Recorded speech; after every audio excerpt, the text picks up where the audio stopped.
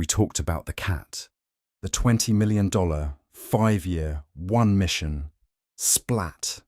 That was Operation Acoustic Kitty, a glorious patriotic failure. And the memo, you'll remember, concluded that cats were not practical because of their appetitive drives. A $20 million way of saying it got hungry.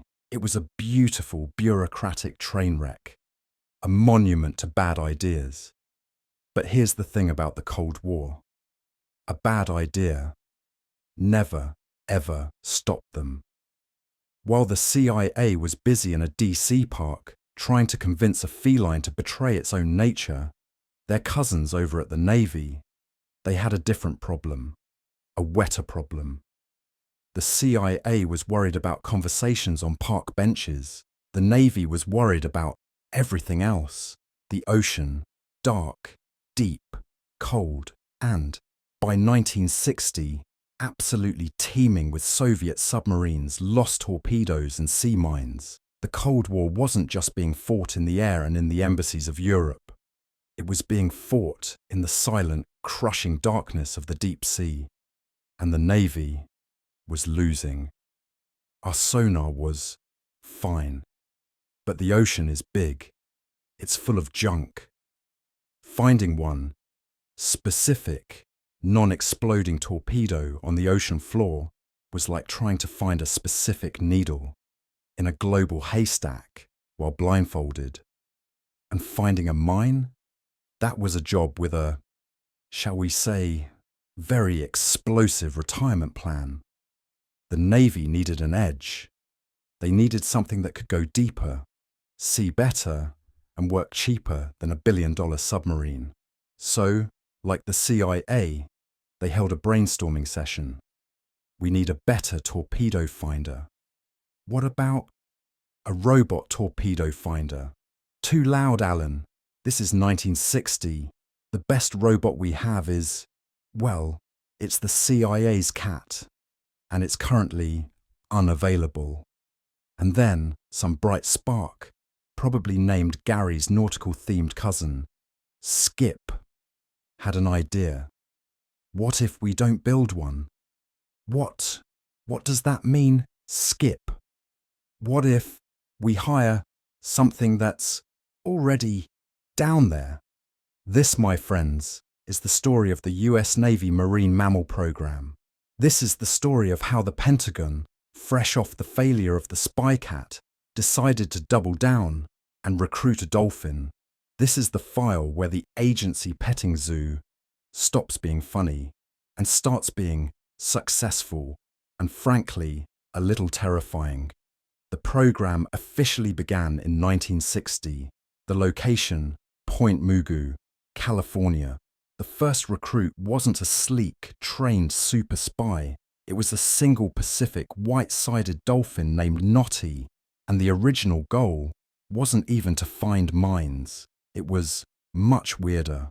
The Navy was looking at dolphins to try and figure out how they swim so fast. They wanted to see if they could copy the dolphin's skin to make their torpedoes more hydrodynamic. Yes, their first idea was to skin a dolphin to make a faster missile. Stay classy, 1960s. But then, something happened.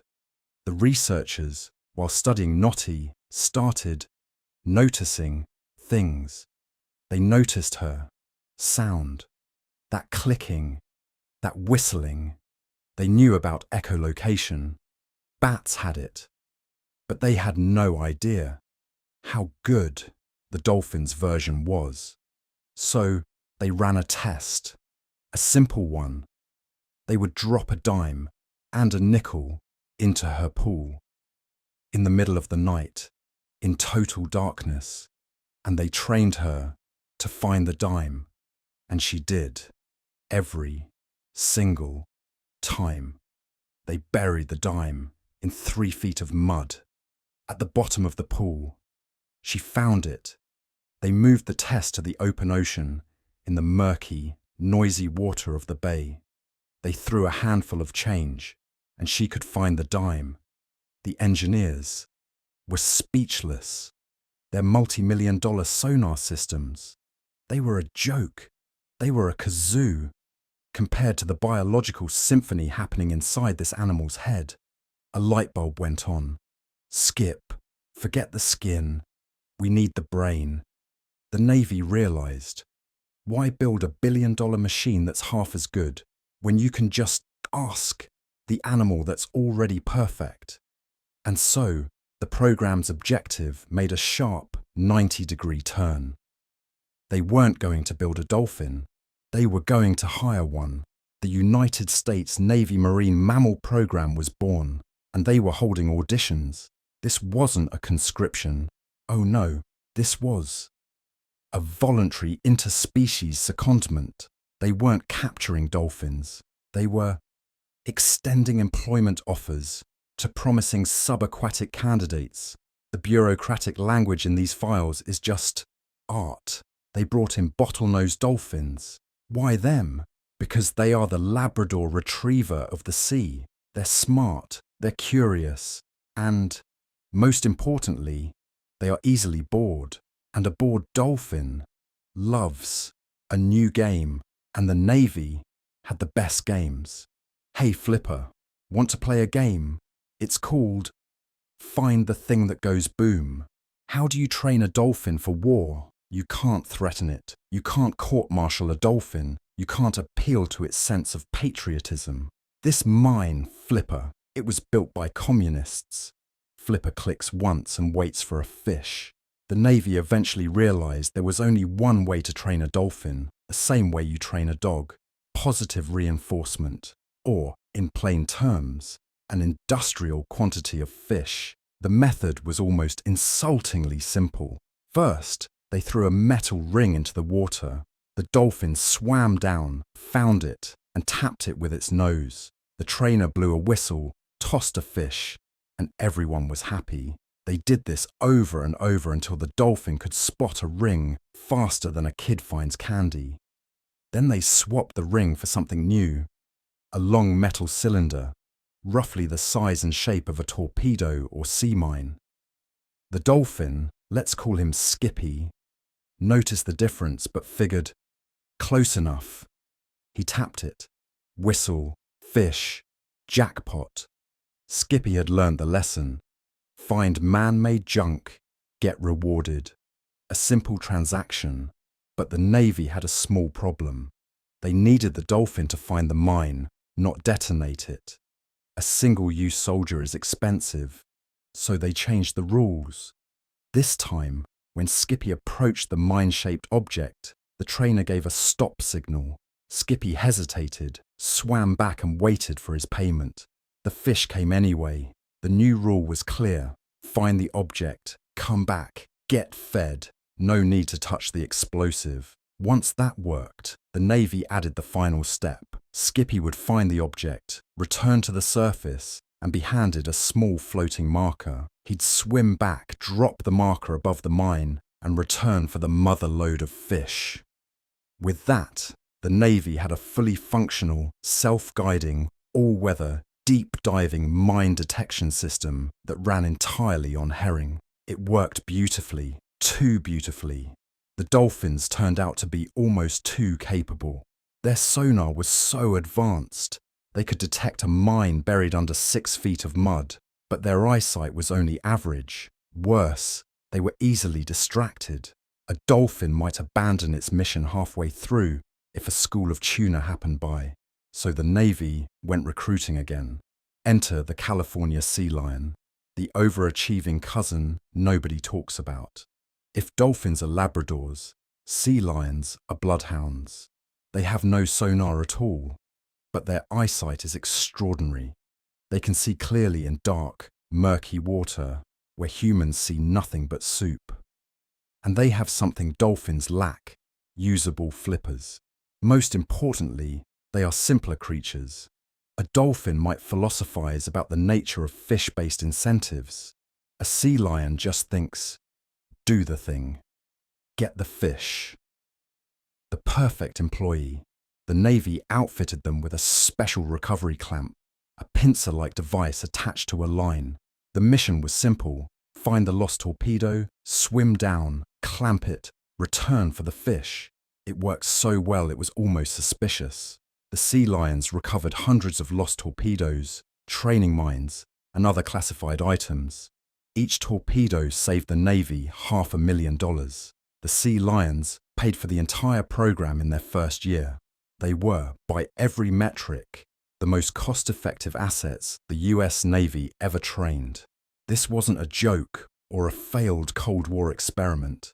It was one of the most successful military programs in naval history, and it was about to go to war. But before they went to Vietnam, the Dolphins had their first celebrity moment. The year is 1965. The program, SEALUB-2, the location, 205 feet below the surface, off the coast of California. SEALUB was the Navy's underwater habitat, a big metal can where aquanauts, including a future astronaut, Scott Carpenter, lived for weeks at a time.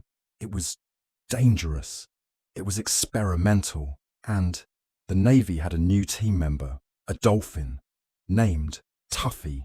Tuffy was the program's star pupil. His job was to be the liaison between the surface ship and the sea lab on the ocean floor. He was a messenger. He would carry mail, tools, and messages in a special waterproof pouch down to the aquanauts. He was trained to find the habitat, find the specific diver, and deliver the package. And he was their lifeline. In the deep, cold, disorienting water, the human divers would get lost. Their lines would get tangled. They couldn't find their way back to the habitat. So they had a recall device. A small buzzer. A diver, lost in the dark, would hit the buzzer, and Tuffy would find them and lead them, hand to flipper, back home. Tuffy literally saved the lives of multiple divers on that mission. He became a national hero. He proved in a real-world, high-stakes environment that the crazy dolphin idea was not crazy. It was genius. And so, with Tuffy's success, the Navy was ready. It was time to send the program into a real combat zone. The year, 1970. The location, Cam Ranh Bay, Vietnam. This was not a test.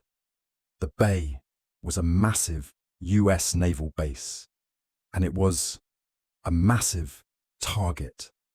The threat, enemy, frogmen, Viet Cong divers, swimming in, under the cover of darkness, to attach bombs to the hulls of US ships. The Navy's human divers were exhausted. They couldn't patrol 24/7.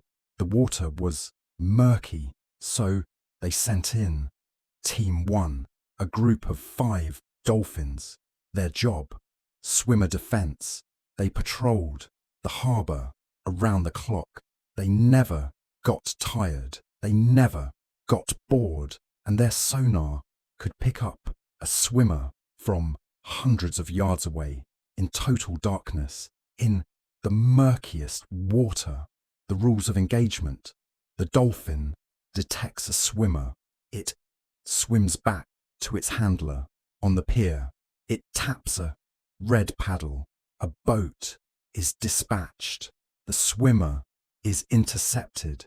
The program was so successful that in the entire year that the Dolphins were on patrol, there was not one single successful underwater attack on that harbor. The Dolphins had won. They were veterans. And this, my friends, is where the file gets dark. This is where the rumors begin. And this is where the Navy's public relations team starts to earn their paycheck. Because the official story is the one I just told you. The dolphin finds the swimmer and tattles to the human handler. It's a passive system. It's clean. It's Flipper, the sentry. But for decades, there have been other stories, whispers in the military community, rumors from people who claimed to be insiders, rumors about a different kind of training, a phase 2, not swimmer detection, but swimmer nullification. That's the bureaucratic term. The real term is assassin the Dolphins. The story goes like this. The Navy, terrified of a frogman with a nuclear bomb, didn't just want to find the diver.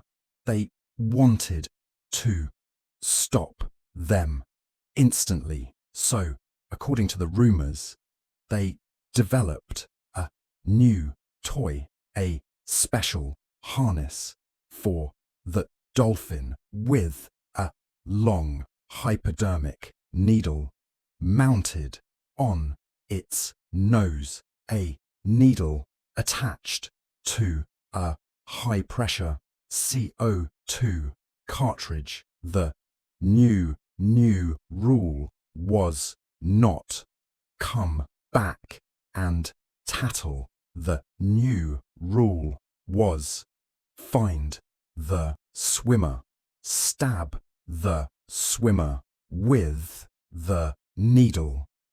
The CO2 would inject instantly into the diver's bloodstream, causing a massive instant gas embolism, an explosive decompression from the inside. It would be instantly fatal, a perfect, untraceable weapon, the Moby Dick of assassination. The story also goes that they trained them to just ram divers, to shoot them with 45 caliber darts.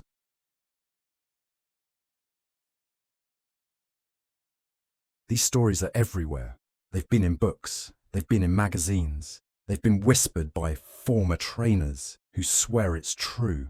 It is the Moby Dick of conspiracy theories. So, is it true? Did the US Navy really create a squad of flippered hitmen? The Navy's official position is a firm, almost offended no. They deny it completely. They insist it never happened. Their official line is, the Navy has never trained any marine mammal to harm or injure a human in any way. They claim it's impossible. How would the dolphin tell the difference between an enemy diver and a friendly diver? A very good question. They do admit the CO2 needle was a real device, but they say it wasn't designed for killing people. It was an anti-shark defense tool, a way for the dolphin to protect itself if a shark attacked. Which, to be fair, makes a lot of sense. So, who do you believe? The conspiracy theorists who swear they witnessed kill training, or the Navy who swears it was purely self-defense? The file is murky. There is no declassified assassin dolphin memo, no video of a dolphin in kill mode. But the rumors persist. They linger because it feels exactly like the kind of darkly pragmatic experiment the Cold War would produce. It's the ultimate, did they or didn't they? And the Navy seems perfectly happy to let that ambiguity float in the water. Because, let's be honest, it's a fantastic deterrent. What enemy diver is going to risk infiltrating a harbour if they think a squad of killer dolphins is waiting for them? I wouldn't. And this brings us to the truly uncomfortable part of the file, not the assassin dolphin allegation, the ethics. Let's assume the Navy is 100% truthful. No killers, just helpers, just finders. It's still strange, isn't it? The Acoustic Kitty project was a $20 million example of ridiculous cruelty. It failed. so we laugh at it. But the Dolphins, they succeeded. They became military assets. They served in war zones. What do we call that? Is it conscription? Did we draft an entire species into the Navy without asking them? These are not pigeons. These are not cats. These are sentient, socially complex, self-aware beings.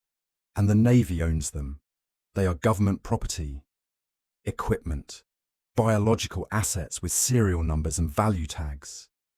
When a human serves in Vietnam, they return as a veteran. They receive medals, benefits, recognition. When a dolphin serves in Vietnam, what does it get? An extra fish? A pat on the head? A good job, Skippy?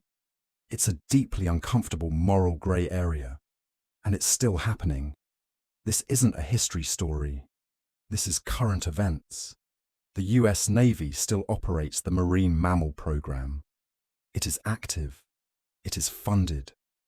Dolphins and sea lions were deployed in the Persian Gulf in the 1980s, and again in the 2003 Iraq War. They cleared mines. They guarded harbors. And today, right now, they continue their patrols in San Diego and in Kings Bay, Georgia. The agency petting zoo never closed. It just has more signs that say, "Do not feed the assets." So we have the cat, a $20 million failure, and the dolphin, a priceless military success, which raises the question, what came next? What about the animals that were somewhere in the middle, the ones that almost worked? Oh yes, we need to talk about the pigeons, and the ravens, and the bats. That committed treason. But that is another file, for another night. Sleep well.